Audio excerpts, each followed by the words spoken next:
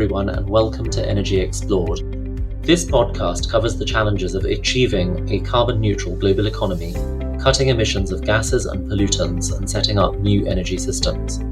Join Reed Smith lawyers and guest speakers as they shed light on the most important trends in emissions control and new fuels. Tune in as we follow the ever-evolving journey through the transition of energy.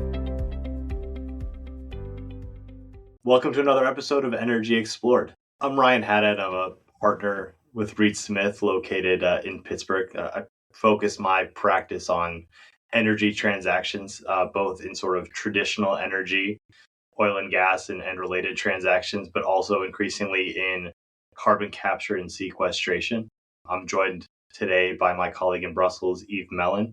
Thanks, Ryan. Yes, Yves Melin. I am a partner in the Brussels office. I'm a customs and international trade lawyer, and I focus on all issues affecting the movement of goods across customs borders. We are going to entertain you today about carbon capture and the carbon border adjustment mechanism and try to discuss how the two work together. Ryan, I have a couple of questions for you. Let me start. For those of our listeners who are not familiar with carbon capture in the US and carbon sequestration, how does it work? Sure. So, I think most people are probably more familiar with how hydrocarbon production works, and they're actually very similar. The way hydrocarbon extraction works is you drill a hole in the ground, you pull the hydrocarbons out of the ground, you put it in a pipeline, and you take it to market. Carbon capture and sequestration is almost the reverse of that process.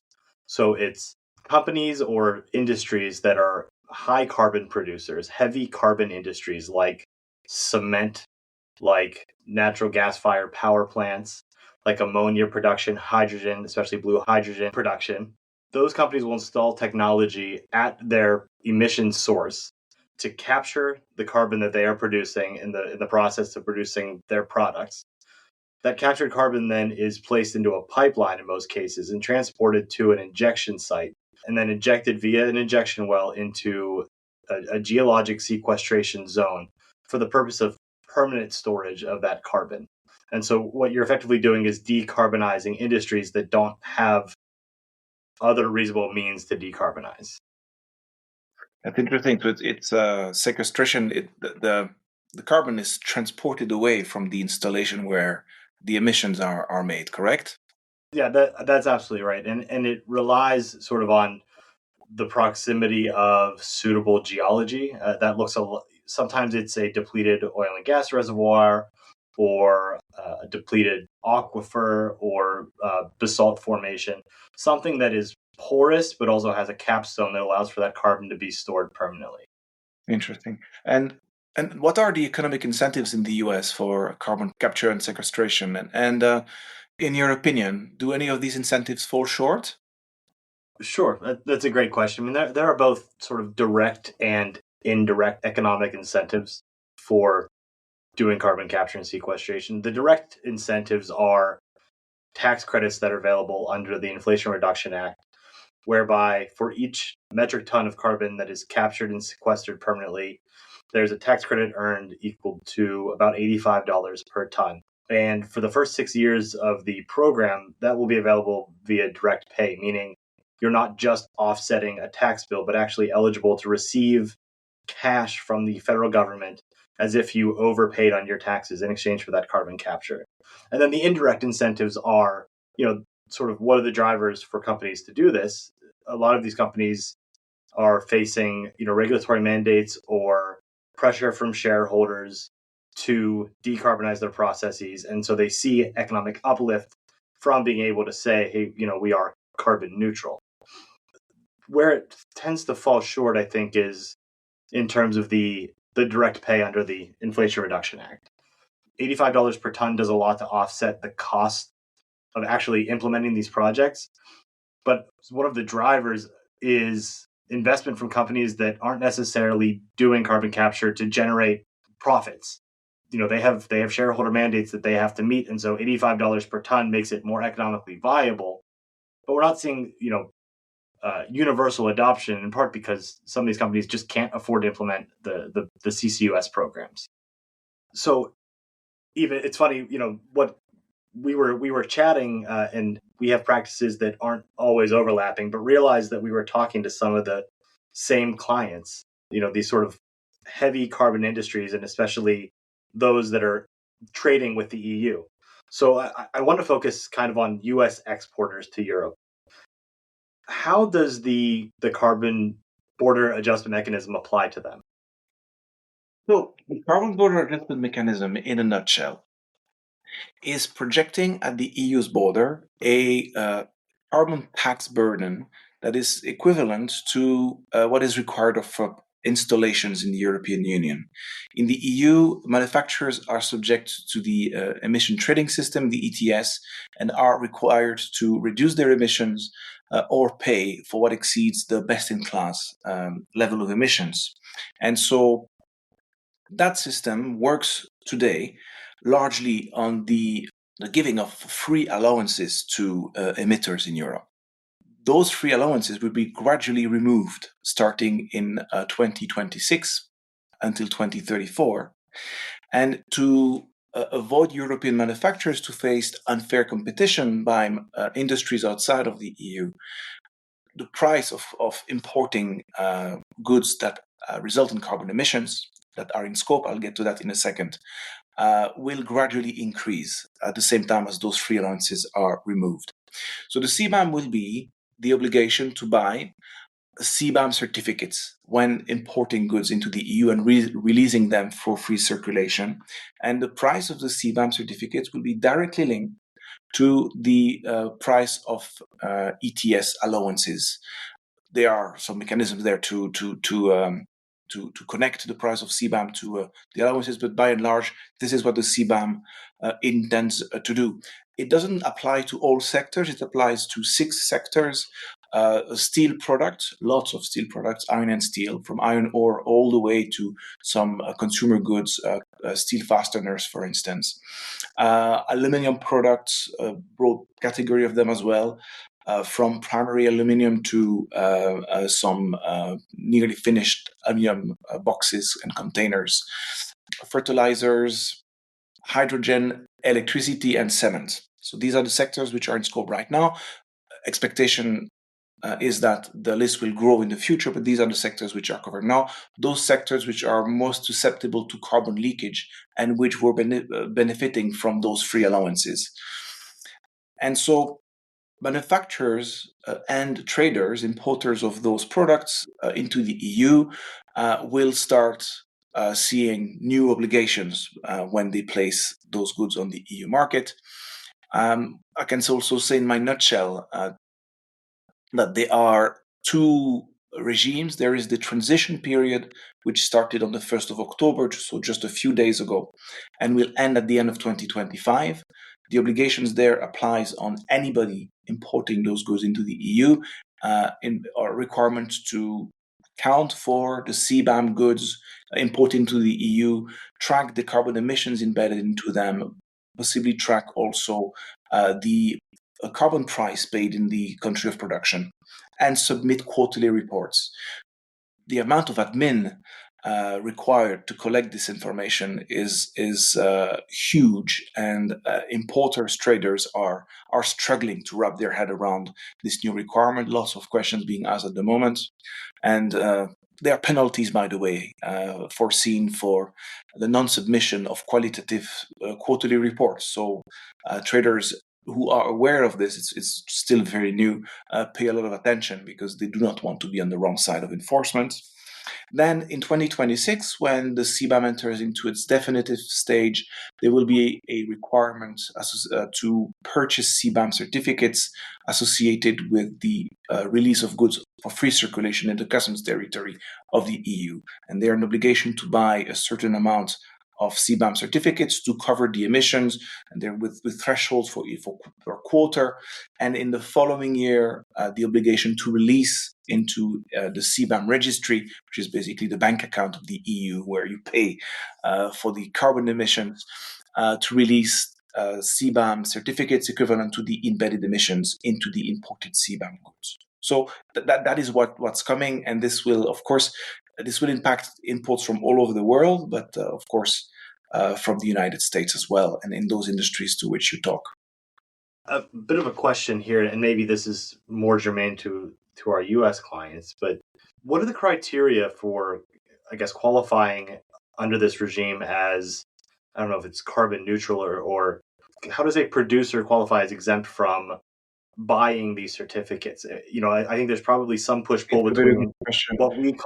what we call carbon neutral in the U.S. and what the EU would view as carbon zero, or not requiring these certificates. That's a very good question because the devil is in the details. And the short answer is you will have to use the EU method unless something else is agreed between the EU and the US in the meantime. And the default method that is imposed by the Commission is the very close to the reporting required under the ETS. So extremely onerous requirements in terms of reporting and documenting of the emissions embedded into the imported goods. Lots of questions around that at the moment because the entities required to share the data, importers, are not equipped to understand and collect this type of information, which typically is maintained at plant level. That's the first issue. Second issue is lots of plants outside of the EU do not track their emissions at all. This is only beginning in most places. And so the information is just not out there. I think things will change quite significantly in the next few years because the CBAM is there and other countries are adopting similar systems, as well as their own incentives for the decarbonization, like what the US has in place. And so at the end of the day, all those efforts which are creating incentives to reduce carbon emissions will have to be recognized by the EU anytime they are equivalent. And so they will be, because when the EU create obstacles preventing foreign producers to justify their low emissions based on their own existing regulatory frameworks, it will create a discrimination which is not compatible with the WTO. So the EU will be very mindful to avoid that from happening. And there will be, I think, in the next couple of years, lots of interaction by industry, especially foreign industries, and then especially foreign industries which are at the forefront of carbon reduction, of which carbon capture will be one. Because from what I understand, and you will actually know this better than I do, it is in the United States that you will find these cutting edge technologies. They are very valuable when carbon emissions become costly.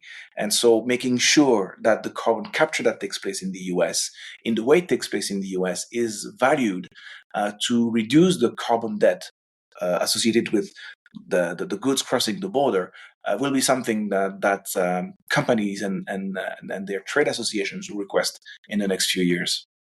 Yeah, it's interesting. I mean, when you look at sort of the value stream or the transaction structure in carbon capture and sequestration, what you have is you have the emitter, right? The point source, the facility that's producing the carbon. You have generally a midstream provider who installs and operates the pipeline, and then you have the company that's actually drilling injection wells and operating those injection wells, and then monitoring the reservoir once carbon has been injected.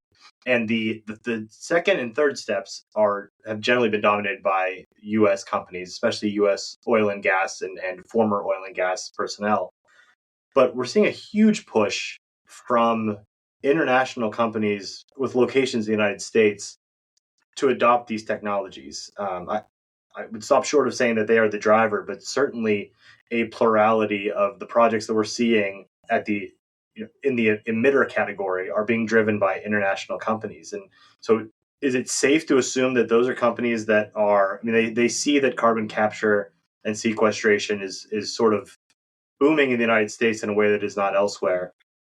Is it safe to assume that they're looking at that and saying, this is a way for us to comply with our decarbonization mandates in the EU or elsewhere via our US locations? For sure.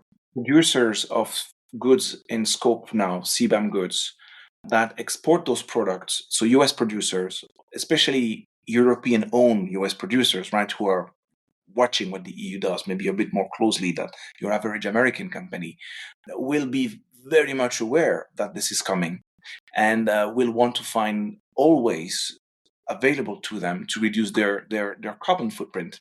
And so to the extent that they have access to those special sites, geological locations that you were describing earlier, to inject their carbon emission, the carbon they emit, that definitely creates an incentive for them. And now what they will be trying to do, or if they don't, what they should be doing is to make sure that all those efforts are actually recognized in the administrative process associated with the CBAM, because there's a lot of hoops to jump through to have your emissions, the low level of emissions, recognized.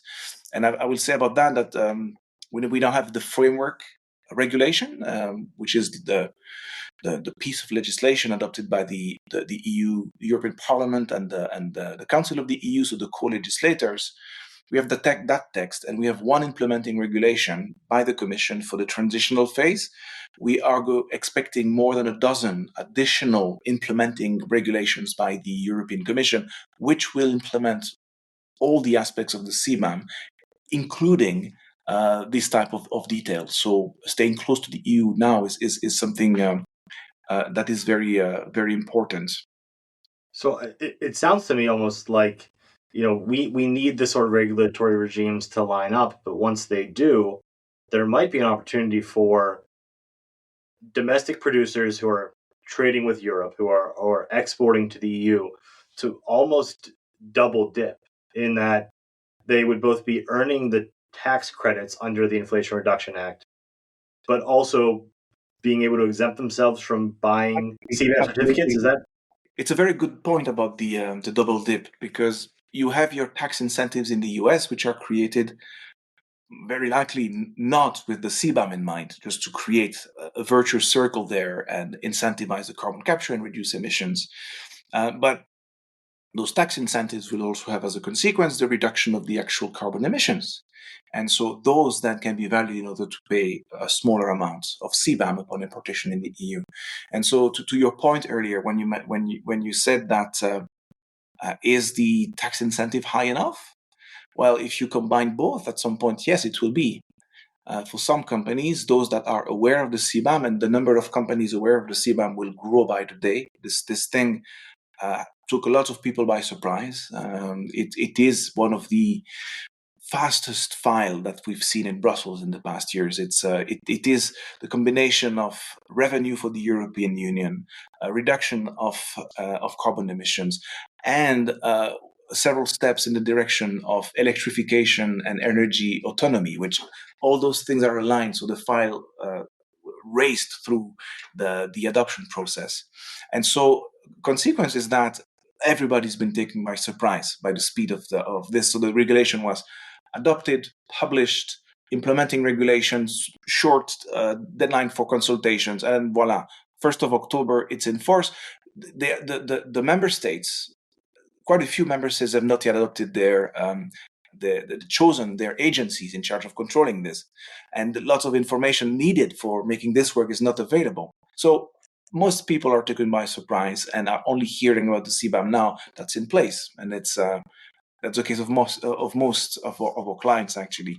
So the more American companies are aware of this, in a sense, it does create a new level playing field. And if you have a product which is in demand in Europe, currently supplied by countries that are not able to provide the level of detail in the carbon emissions that are requested for the CBAM, and in the US, you have companies that are, plus have access to carbon capture.